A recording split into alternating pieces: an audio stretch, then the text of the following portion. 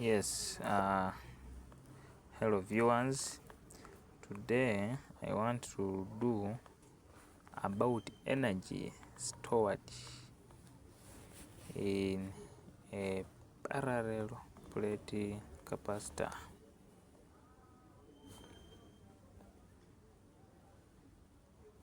So for energy stored in a parallel plate capacitor, which means that we want to derive energy stored in a parallel plate capacitor. So for any given parallel plate capacitor, we have said that of course charge is going to be changing. Course charge, assuming that of course from the general expression of work done is equal to QV, where Q is the charge and then V is a voltage. This is work done, then this is charge, and then this is the voltage. So that is the total, that is the overall expression of work done. So from this expression of work done is equal to QV. So if I have two plates A and plate and plate B, and now the PD in between the plates is is V initially. So if a small work is done to move a small charge Q from plate A to plate B, also the PD will change by small change in V. If there is some small work done to move small charges from plate A to plate B, then also the PD will change by small changes, which means that the overall PD will be V plus small changes in this was the initial PD, but when small charges changed or moved from plate A to plate B, also the PD changed. But this small change in V is very small, that V plus small changes in V is approximately equals to V. So which means that small changes in W is equals to V times small changes in Q. So small changes in W are very small and approximate to W. Also small changes in Q are very small and they approximate to the Q. So from there, it means that I'm going to be having dW the same as V dQ, but C the same as Q over V from capacitance of a kappa, which means that V the same as Q over C, and therefore the W is the same as where there is V, I put Q over C dQ. So this is integral from 0 to W W. This is integral. So 1 over C is a constant. I pull it out. This is Q, the Q from 0 to Q. Therefore, my work done is equal to 1 over C. Integrate that one. Increase the power by 1 divided by the new power. So this one here becomes Q squared divided by by 2. And therefore, of course, from 0 to Q, this one here becomes Q squared over 2C. This can be expression for work done. But also you know that C the same as Q over V, which means that Q is equal to CV. So substitute this in that equation. Then use work done where there is Q, I'm going to put CV. And therefore work done is equal to CV.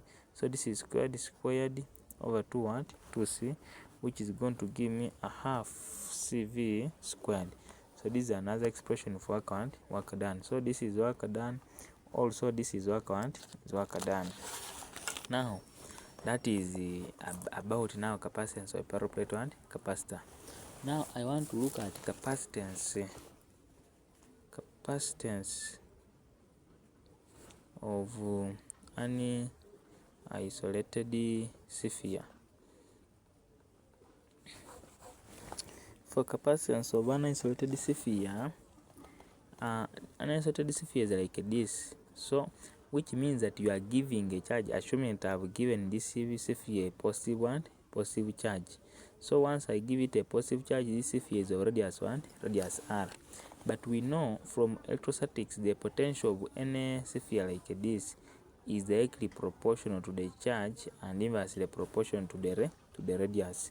So when I remove this, I'm going to bring a constant, with that constant is 1 over 4 pi epsilon times what? Now times r.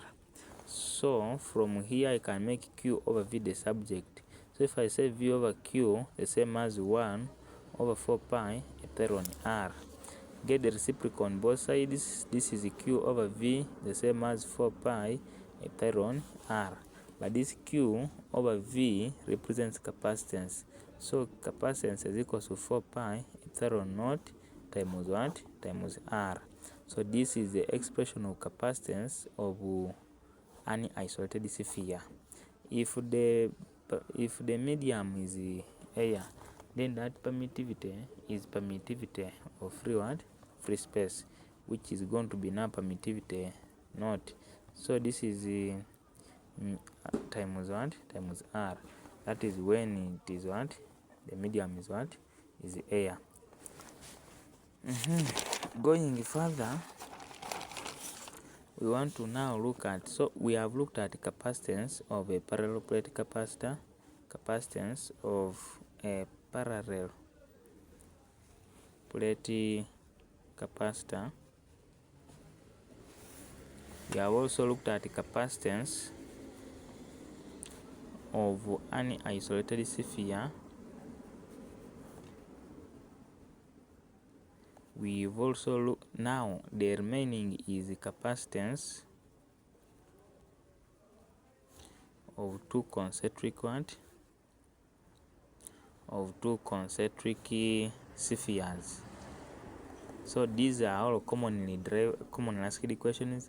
You can be in position to drive capacitance of a parallel plate capacitor. You can be in position to drive the capacitance of an isolated sphere, capacitance of two concentric spheres.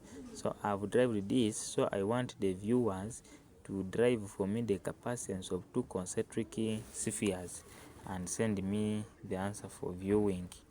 We have just driven the work done by a parallel plate capacitor, which was a half CV squared, but work done is the same as the energy, or the energy, so does work done. So similarly, energy is the same as a half CV squared, and that is the energy of a parallel plate capacitor. So work done, I will now tell the examiner that, but work done is the same as what? Energy stored, and therefore energy stored by parallel plate capacitor is the same as a half CV squared. Then from there, when we proceed, maybe we can talk about so I want a derivation for this capacitance of two concentric spheres by the viewers. Then after finished then you send side that I view it. We correct where possible. If none responds, then it will be my task to again redo or to derive this expression of capacitance of two concentric spheres. Then maybe we also go to the cheapest part of it, that is the capacitor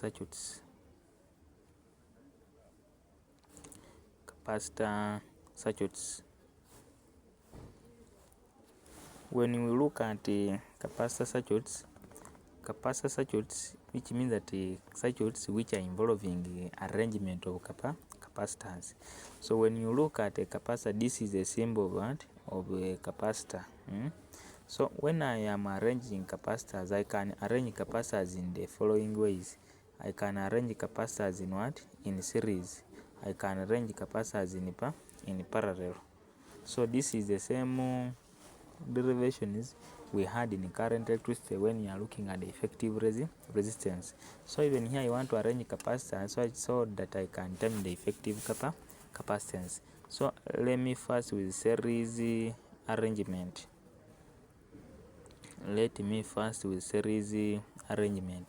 Now for series arrangement of capacitors, I am going to have maybe two capacitors like this arranged in what? In series. And now this is the source of what? EMF. Then this is the capacitor of capacitance C1, this capacitor of capacitance C2. You realize that current is going to flow from the positive terminal like this through C1, C2. So because the current not split, which means that the current through this capacitor is the same current through this one, through this capacitor, but the PD through this capacitor C1 is different from the PD through this capacitor C1, C2. For this case, we shall take current to be the same as what? As charge. So you realize that charge is going to be different, but the PD, or rather charge is going to be the same, but the PD is going to be different. Just like in the resistance, now I'm going to use a variable which is what? Which is different. Which means that to get the overall PD is going to be V1 plus V1, V2. If the overall PD is V1 plus V2, therefore, from C is equal to Q over V, then V is the same as Q over C. And therefore, this is the overall PD, which is Q over C, the same as I replace for this one, which will be Q over C1 plus Q over C2. The Q is the same, that's why I cannot differentiate into Q1 and Q2. When the Q goes, I remain with 1 over C, the same as 1 over C1 plus 1 over C2. And that is the effective capacitance of capacitors arranged in what? In series. For N2, I'm going to get now C, the same as C1, C2 over C1 plus C2. So I solve this fraction. It's going to give me product over what? Over sum for N2 capacitors which are arranged in what? In series.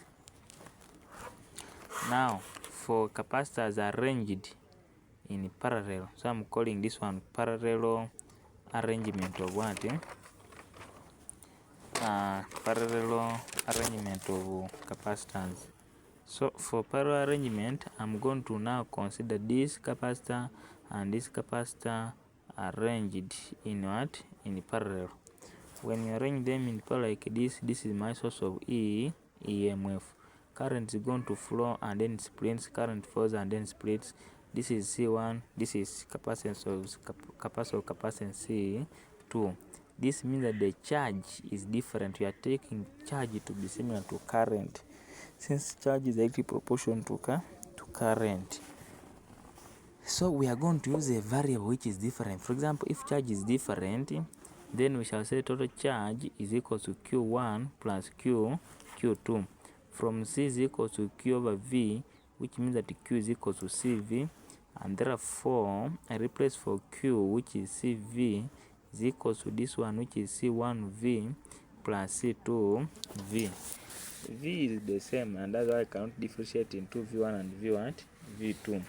And therefore, you are going to get the effective capacitance as C1 plus C2, because this V will cancel this V and cancel this one, this V.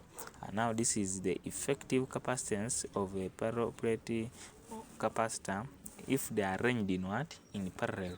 So you realize that the opposite is true for resistors.